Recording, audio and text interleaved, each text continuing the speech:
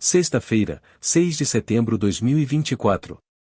Cordiais saudações, queridos irmãos.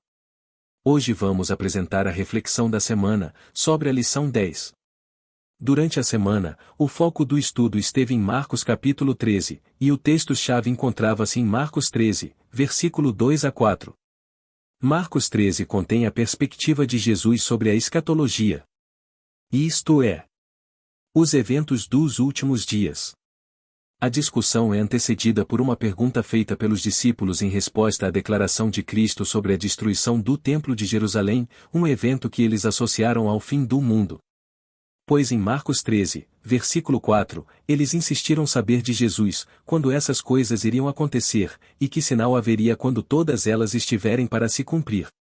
Os temas tratados na semana foram: os últimos tempos, as duas moedinhas da caixa de ofertas, não ficará pedra sobre pedra, o abominável da desolação, a grande tribulação e a vinda do Filho do Homem.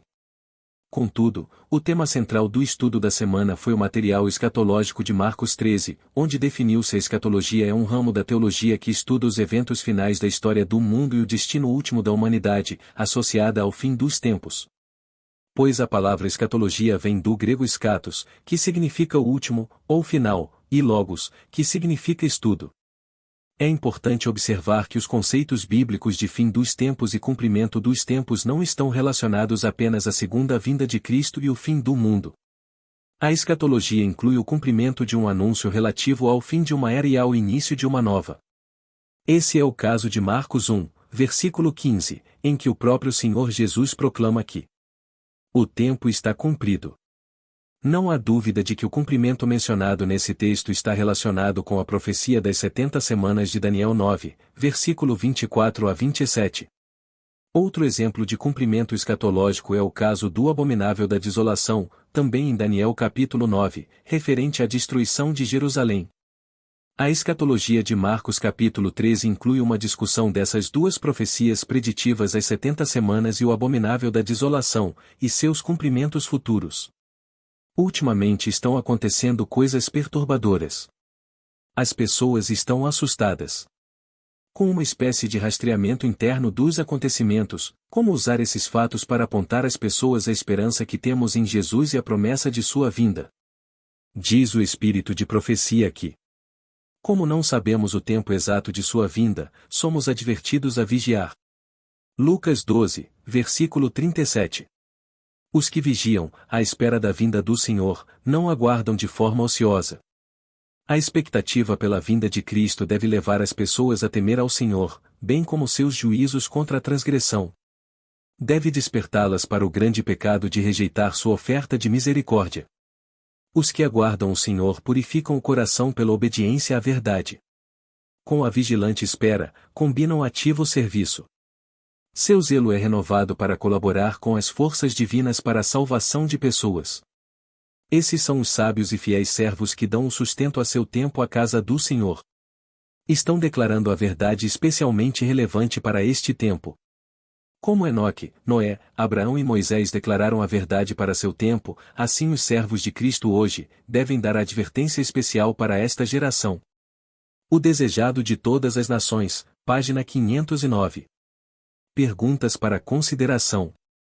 1. Estamos doando para a obra de Deus do que nos sobra ou estamos ofertando com sacrifício, à semelhança da viúva pobre? Por que isso é importante? 2. Por que Deus tem permitido que seu povo seja perseguido? O tema do grande conflito nos ajuda a entender, de alguma forma, por que existe a perseguição. 3. Que sinais da volta de Cristo se destacam no mundo atual? 4. Depois que as pessoas morrem, qual será a próxima coisa que verão? Essa ideia não nos mostra que para cada pessoa, a volta de Cristo está sempre muito próxima?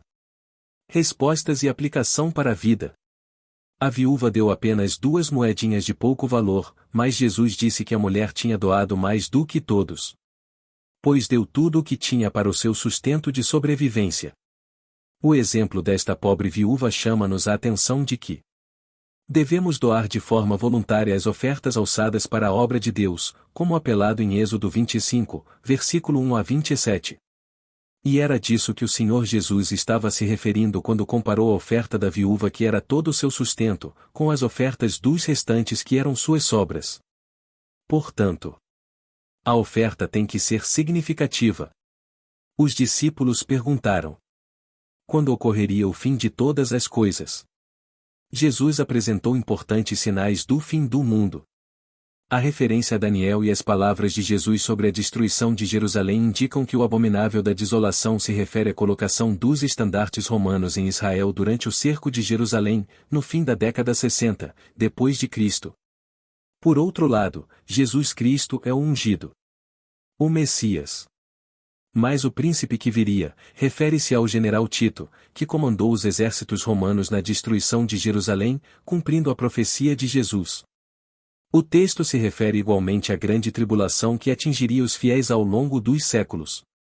Por último, os dias de perseguição serão abreviados. Mas o povo de Deus precisa ter cuidado com os falsos cristos e falsos profetas, bem como os seus respectivos enganos sobre a volta de Jesus. A segunda vinda de Jesus será de forma visível a todos. Ele virá com as nuvens, e todo olho o verá, até mesmo aqueles que o traspassaram, e todos os povos da terra se lamentarão por causa dele. Apocalipse 1, versículo 7. E ele enviará os seus anjos com alto som de trombeta, e eles reunirão os seus eleitos dos quatro ventos, de uma extremidade dos céus à outra. Mateus 24, versículo 31. Por isso, se disserem: Jesus está no deserto, não saiam. Ou se disserem que ele está ali dentro da casa, não acreditem. Mateus 24, versículo 26. Que o Espírito Santo nos ilumine e que o Senhor te abençoe e te guarde. O Senhor faça resplandecer o seu rosto sobre ti e tenha misericórdia de ti. O Senhor sobre ti levante o seu rosto e te dê a paz. Hoje, amanhã e para todo o sempre, e tenha um feliz final de semana. Amém.